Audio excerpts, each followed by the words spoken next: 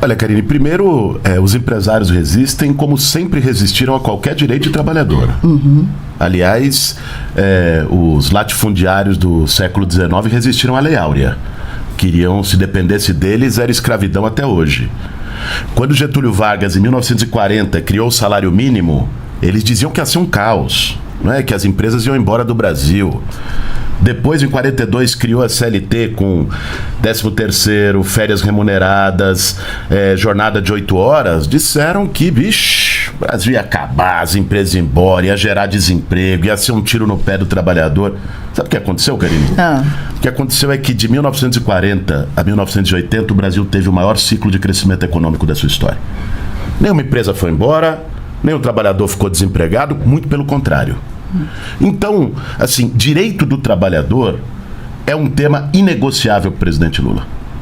O empresário vai resistir? Bom, lógico, ele está querendo aumentar o seu lucro. Ele quer que o trabalhador, se possível, até fosse 7-0, nem 6-1. Então é o seguinte, né? Nós vamos levar esse tema até o final e vou te dar uma boa notícia aqui. Vamos lá. Está avançando muito bem o diálogo com os setores do Congresso. Eu tive com o presidente da Câmara, Hugo Mota, semana passada, junto com o ministro Marinho, fizemos uma conversa com ele, tanto sobre o fim da 6x1, quanto sobre o trabalho para os aplicativos, que nós queremos também garantir direitos, dignidade para os trabalhadores que estão em cima de uma moto entregando comida, para o trabalhador que está o dia todo num volante fazendo transporte de Uber. Mas no caso da 6x1 em particular, há um avanço na discussão para que a gente vote ainda esse semestre o fim da escala 6x1 e consiga dar essa resposta para os trabalhadores. E, aliás, exemplo começa em casa.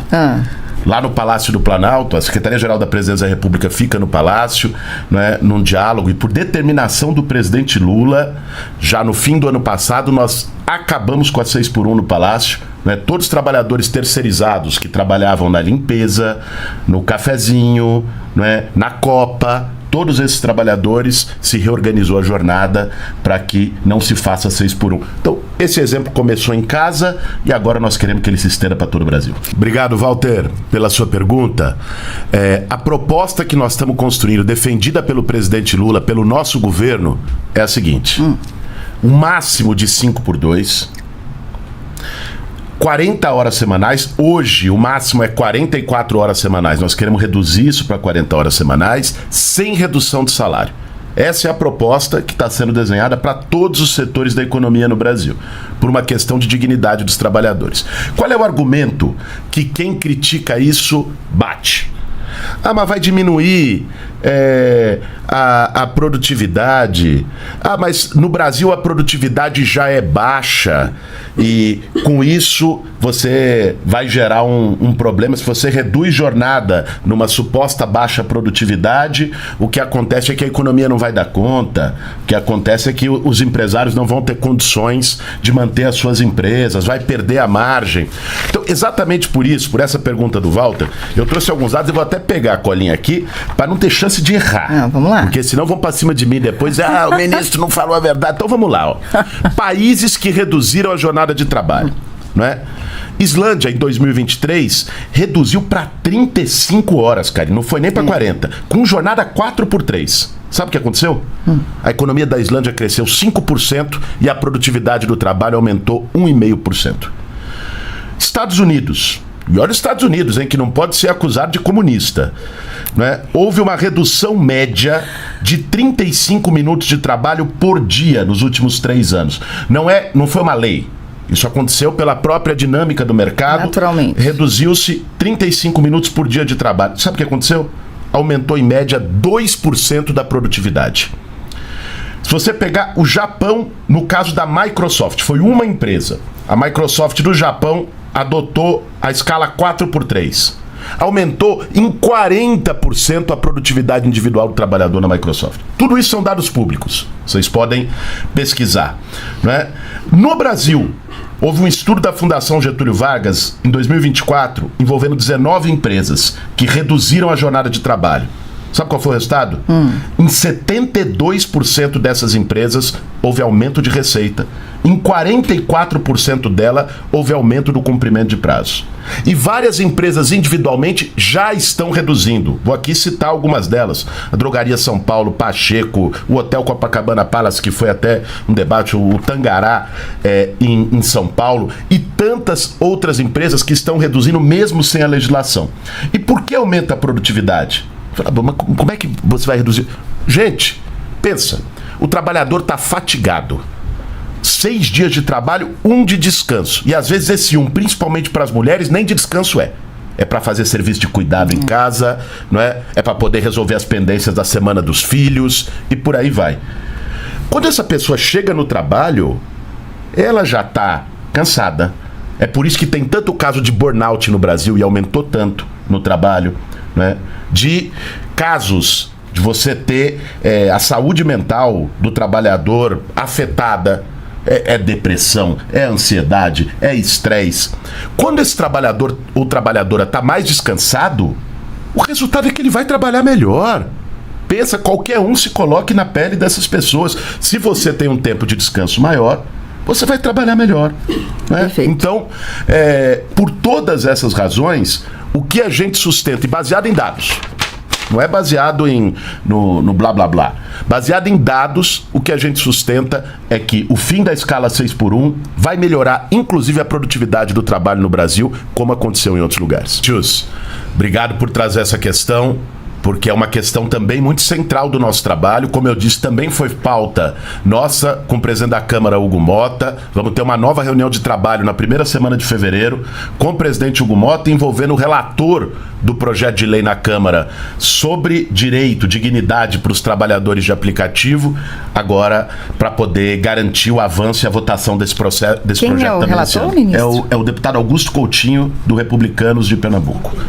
Então, veja, como que está isso? A gente criou um grupo de trabalho na Secretaria-Geral da Presidência envolvendo vários ministérios. Ministério do Trabalho e Emprego, Ministério do Desenvolvimento, Indústria e Comércio, né? Ministério do Empreendedorismo, Ministério da Saúde, Ministério da Igualdade Racial, o Ministério da Previdência. A gente juntou um conjunto de ministérios que de algum modo tem relação com o tema para apresentar uma proposta a partir da visão dos trabalhadores. Porque essa foi uma coisa que o Lula me pediu, Karine. Falou, olha, empresário, principalmente o grande empresário, sempre teve trânsito livre nos palácios de Brasília. Falou, trabalhador, quando precisar, tem que ser recebido dentro do Palácio do Planalto. E o que nós estamos fazendo é garantir que os entregadores de aplicativo, os motoristas de Uber, né, que essas pessoas tenham acesso aberto ao palácio para levar suas realidades e levar suas reivindicações. Então pega... O que pautou esse grupo de trabalho é uma verdadeira injustiça. Então, um motorista de Uber, se tiver algum motorista de Uber assistindo ou ouvindo a gente, ele sabe que isso é verdade. Veja só, o trabalho é dele, o custo com o carro é dele, o custo com o combustível é dele, o risco se tiver um acidente é dele. Todo o ônus está com ele. A Uber, ela entra pura e simplesmente fazendo a intermediação tecnológica, conectando o motorista com o passageiro que quer pegar o transporte. E por essa intermediação tecnológica, sem assumir nenhum risco e nenhum custo, eles às vezes ficam com 40%, 50% de cada corrida. Uma corrida que você está pagando R$100, o motorista está recebendo R$50 ou R$60. Veja, isso é uma esculhambação. Isso não existe em nenhum outro setor da economia. Se você pegar um corretor de imóveis, ele tem a taxa dele, se ele vende um imóvel, que é de 6%. Ela é fixa. Se você pegar um advogado, ele tem a taxa definida por lei de 10% a 20% que ele pode receber do ganho do processo. A Uber está pegando 40% a 50%. Eles chamam isso de taxa de retenção. Ninguém está dizendo que eles não precisam ter lucro. Qualquer empresa no capitalismo tem lucro. Agora, isso não é taxa de retenção. Isso é taxa de extorsão. Isso é taxa de exploração do trabalhador. E nós precisamos equilibrar essa balança. E nós vamos equilibrar essa balança. Não tem Big Tech fazendo lobby, porque já estão ameaçando um monte de lobby, dizer que o governo quer intervir, que o governo vai acabar aumentando o preço, que eles vão repassar para o consumidor. Pera lá! Tenha um mínimo de compromisso e tire um pouquinho dessa sua margem exorbitante de lucro. A mesma coisa em relação ao iFood. ao delivery com os motoqueiros. E todo mundo sabe o trabalho de risco que é ser motoqueiro, principalmente nas grandes cidades. A quantidade de acidente que tem. Se esse motoqueiro sofre um acidente hoje, o problema é dele, ele vai para um hospital, né? Tá lá, não acontece nada, não tem um apoio, não tem uma seguridade, né? O custo é dele com a moto. O iFood paga R$ 7,50 por entrega para o entregador. Isso sem falar nas agrupadas.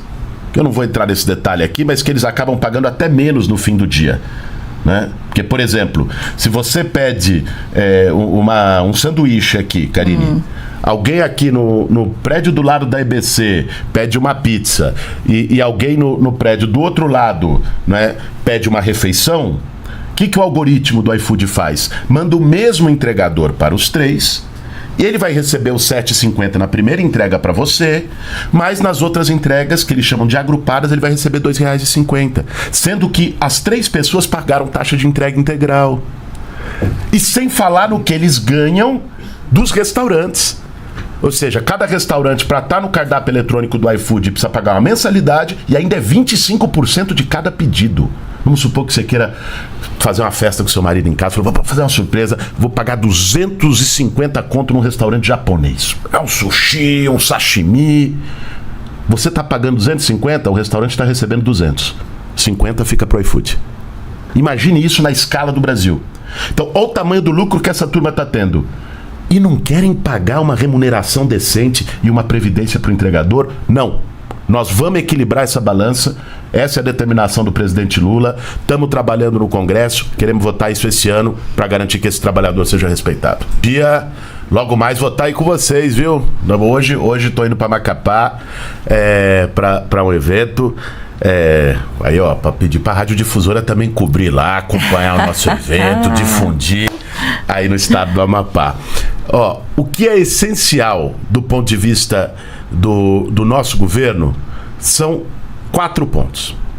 Primeiro, ter essa remuneração mínima para o trabalhador, seja para o motorista do Uber, a gente fala Uber, mas é 99, qualquer outro das empresas, seja para o entregador do iFood ou de qualquer outra empresa. Ter uma remuneração básica, mínima, o que eles chamam de taxa mínima, né? E no caso do Uber, reduzir essa taxa de retenção, que é variável, é definida por algoritmo e que o trabalhador não tem controle. Esse é o primeiro ponto. Segundo ponto, garantia previdenciária.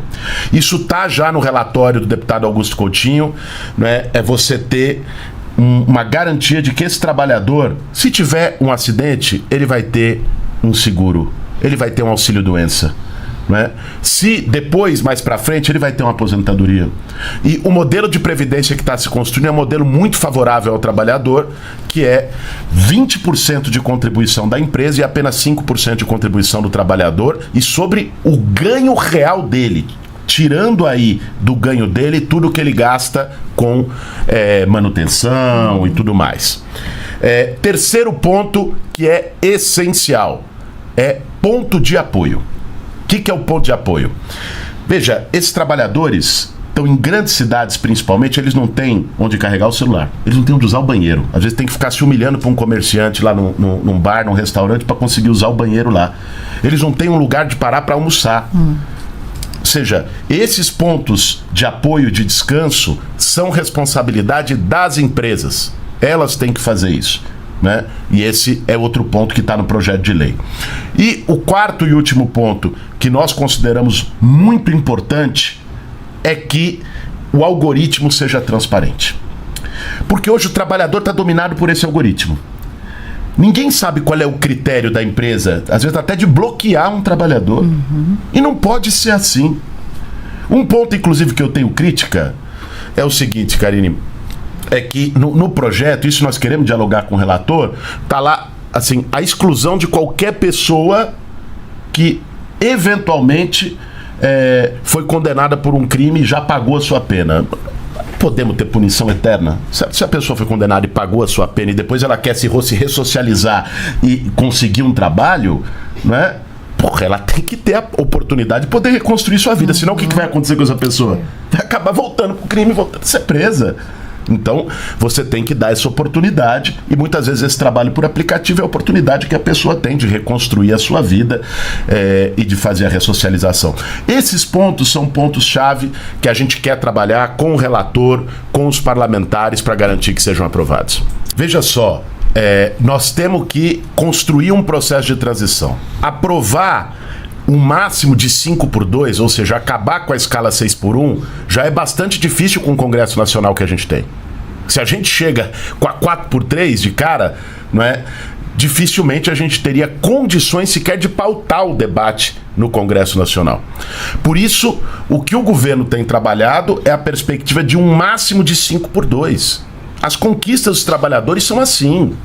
Elas vão indo, né, passo a passo, porque elas têm muita resistência. O que aparece de privilegiado para gritar e fazer trabalho contra, quando se tem o avanço de uma conquista dos trabalhadores, é uma coisa impressionante. É uma coisa impressionante, né? Parece que o mundo vai acabar, porque o poder de lobby, o poder de fogo dos grandes empresários, de quem ganha com exploração do trabalhador, é gigantesco nesse país. Porque tem muita grana. É muita gente herdeira, muita gente que fica defendendo escala 6x1 para os outros, mas tá lá no jantar com caviar e champanhe. Muita gente que fica dizendo tem que trabalhar, mas nunca trabalhou na vida. Nunca trabalhou na vida, é herdeiro. Então, assim, e o debate que nós temos que fazer é o seguinte: nós temos que limpar campo nisso. Porque é o seguinte, veja, uma coisa é você trabalhar para poder viver. Todo mundo precisa. Só bilionário herdeiro que não precisa. Todo mundo precisa. Outra coisa é você viver para trabalhar. É você não ter tempo para nada. Você não ter tempo para ficar com a sua família, para cuidar dos seus filhos, para fazer inclusive um curso de profissionalização, de qualificação, que vai aumentar a sua produtividade como trabalhador. Eu vejo muito empresário falando: mas a produtividade é baixa. Eu tenho feito discussão com eles, inclusive. Mas a produtividade é baixa no Brasil. Meu amigo, se a produtividade é baixa e você não quer deixar um tempo para o trabalhador fazer um curso de qualificação, como é que vai aumentar a produtividade? Na escala 6x1, você acha que vai aumentar a produtividade? E, aliás, uma parte importante de uma produtividade menor que a média no Brasil não é responsabilidade do trabalhador. É responsabilidade, inclusive, do setor privado, que não investe em inovação e tecnologia. Quase todo o investimento em inovação, tecnologia, pesquisa no Brasil é do setor público. O setor privado brasileiro é um dos que menos investe proporcionalmente aos países no mesmo patamar que o Brasil. Então tem alguma coisa errada. Precisa começar a compartilhar essa conta. Então, o nosso debate parte da perspectiva do máximo de 5x2. É o máximo, né? Do máximo de 40 horas semanais, sem redução de salário e construindo transições. Ninguém que quer quebrar nenhum setor da economia. O que a gente quer é garantir dignidade para o trabalhador. O governo do presidente Lula tem lado. O Lula foi eleito por 60 milhões de brasileiros, em sua maioria trabalhadores. O Lula sempre teve um posicionamento e a orientação que ele nos dá como ministro do seu governo é essa, né? Nós temos que olhar para todo mundo, fazer política para toda a população, mas nós temos um lado. É o lado do trabalhador, é o lado do povo brasileiro, da maioria desse povo, e o fim da escala 6x1 está dentro desse contexto.